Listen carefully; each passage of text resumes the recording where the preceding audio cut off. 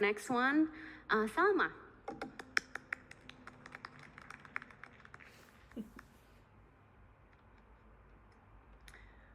Hi everyone. So my name is Salma. I am an associate professor at the University of Lille in the north of France. And today I will be presenting a part of my research that focuses on gig workers and digital activism.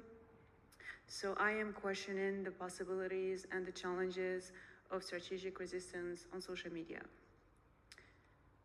How does it work? The green one? Oh, sorry. Okay, so I'm not going to present the method of my research because it's a very short presentation, but if you have any question, feel free to ask me. Okay, so first, what is the gig economy? So the gig economy is an economic transformation that occurs when work becomes temporary, unstable, and precarious. So it is not a new term because we tend to usually use it when we talk about delivery apps, Uber drivers, things like that. But it is considered to be a transformation in the economy, especially in France, which for a century has been built on a model of wage society, meaning that workers are protected. And this model is the culmination of several social struggles, which made it possible to conquer social rights, such as compensation due to accidents at work or in employment or paid leave, etc. However, in this study, the term gig economy is used to define labor markets where independent contractors work through digital platforms, focusing on the case of Uber drivers. So I suppose everybody knows Uber, but just a reminder for those who don't know, it's an American ride-sharing platform where user can request car rides directly and instantly.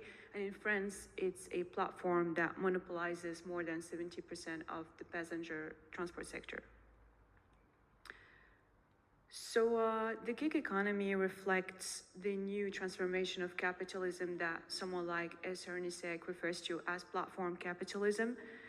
So first of all, the rise of the gig economy is related to several factors, including the substantial growth of self-employment, the competitive pressure of neoliberal economies, the availability of information and communication technologies, and outsourcing using pre-automatic or automation strategies. So platform capitalism is an ecosystem of intermediary platforms that monopolize several sectors of activity, mainly through data extraction, which makes it possible to predict sometimes consumer behavior, guide behavior, insist on hyper-consumption through several techniques of psychological manipulation, but also technological and logistical facilitation. I'm thinking, for example, of the very sophisticated system of a platform such as Amazon, markets and influencers of TikToks and Instagram, Uber Eats, and so on. So in this research, platform capitalism is apprehended through the prism of managerial algorithmic communication that consists of delegating interpersonal communication at work to digital technologies.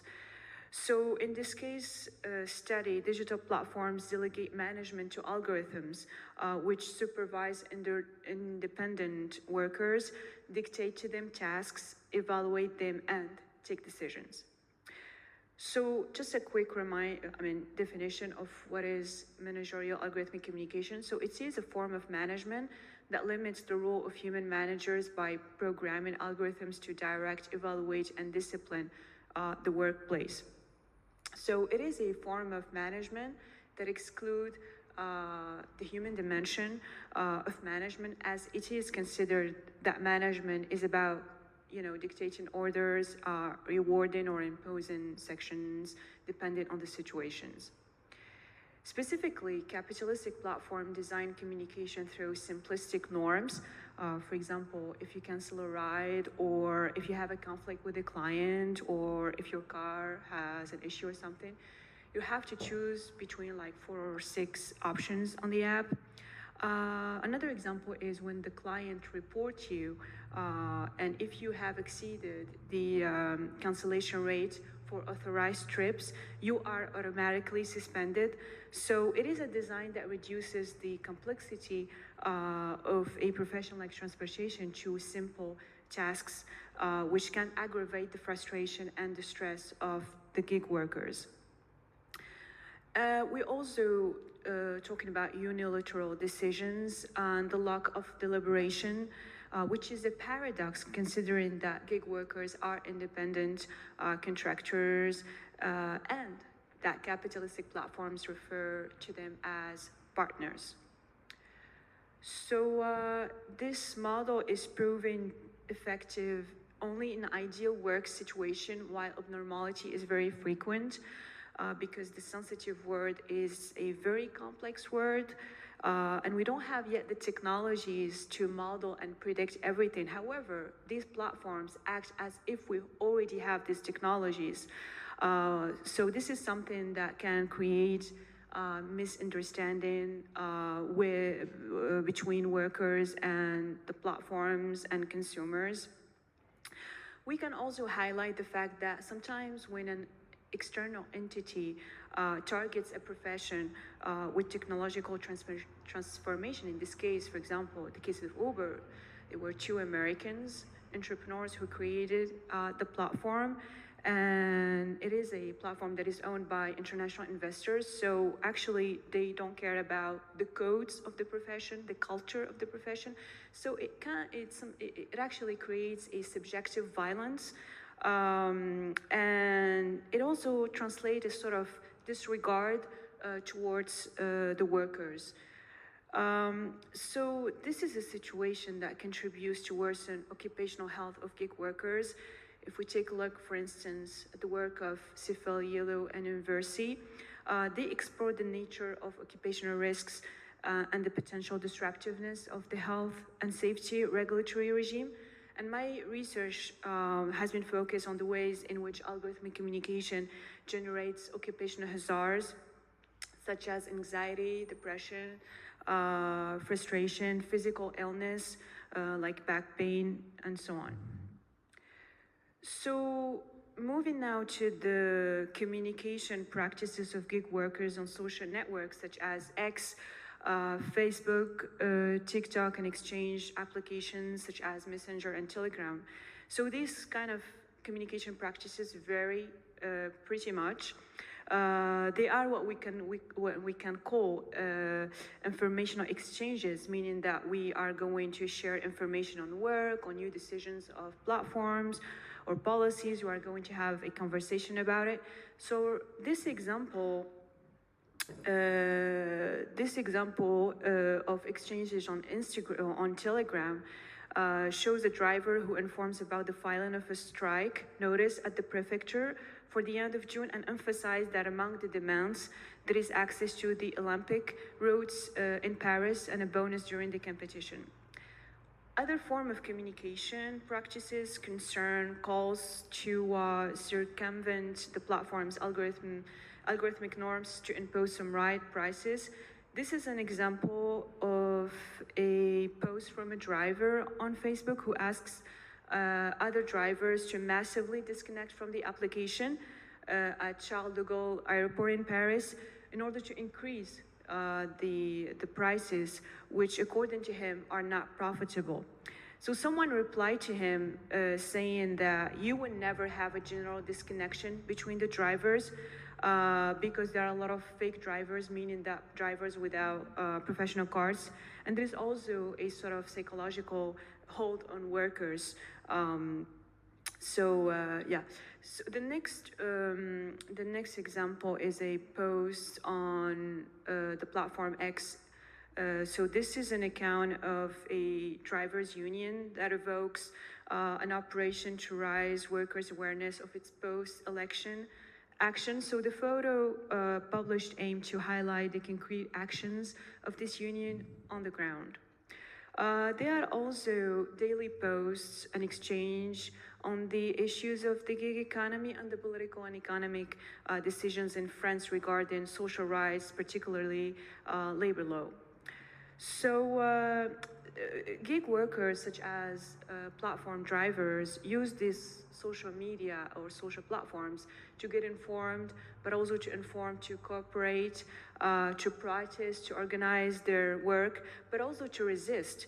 However, the architecture of these platforms, which allow anyone to infiltrate this discussion, and that despite the possibility that this platform gives to the users to apply access restrictions or to control access, they will never be absolute security, allowing workers to control the sharing and access to information.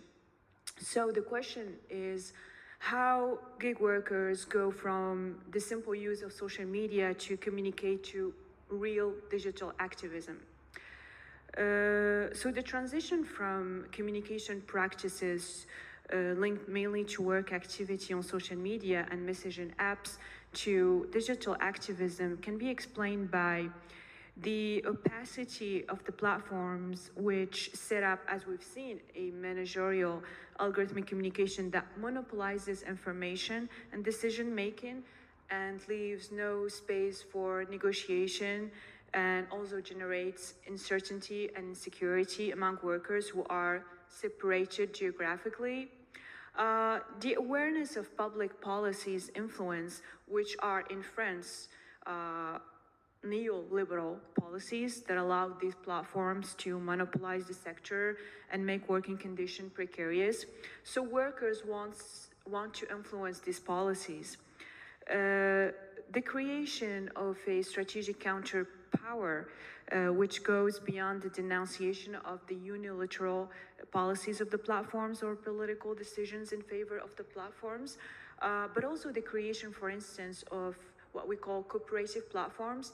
So these are platforms that are owned by workers themselves in order to,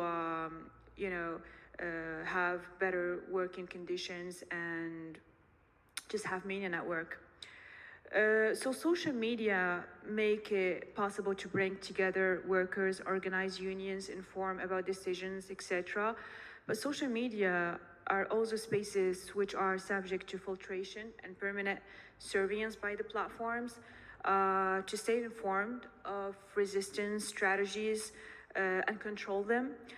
Several techniques are deployed by Uber and companies, such as trolling. So trolling, when you create several fake accounts and you try to manipulate information, disrupt discussion, provoke, or sometimes even attack and be aggressive. But also what I've observed in my research is that these platforms would also suspend workers who are vocal about their critics towards the policies of these platforms, who denounce publicly the platform, and who participates in the protest. Thank you.